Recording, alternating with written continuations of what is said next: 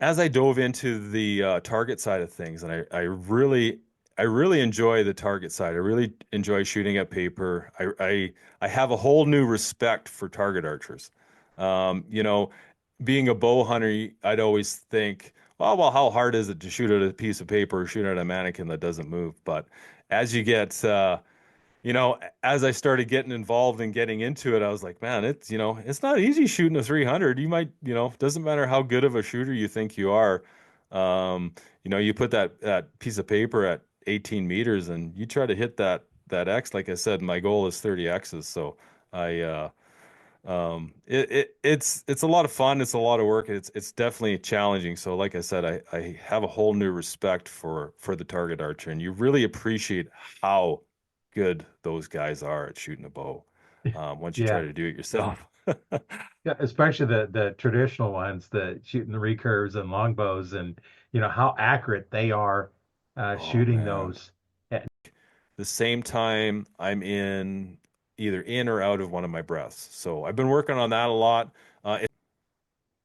yeah, we used to do that in with rifle when I was on a rifle team. You would time it between your breaths. You would have to breathe Hmm, in and breathe out. And basically, the kind of technique we'd use is we'd breathe in, breathe out, open our eyes with our eyes closed, and open our eyes.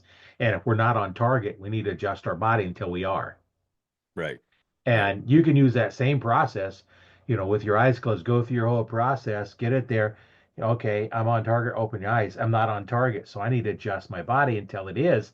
Now Hmm, then, I know how to stand. When I have a little sling that I use when I was hunting, I just use it all the time, holds the lower limb. And I go through the process, I open my hand up and then let it relax around it and tip it down. And that's always fits in my hand exactly the same every time.